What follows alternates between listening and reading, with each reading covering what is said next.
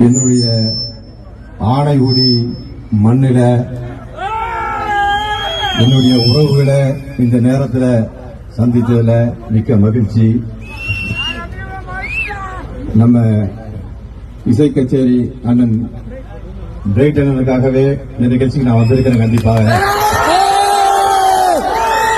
ஏன்னா நாங்கெல்லாம் என்னுடைய உயிர் மூச்சு நாடார் நாடார் நாடார் இந்த சமுதாயத்தை ஒரு பாடல் வரிகளோடு எத்தனையோ இளைஞர்கள் மனதில் மிக ஆழமான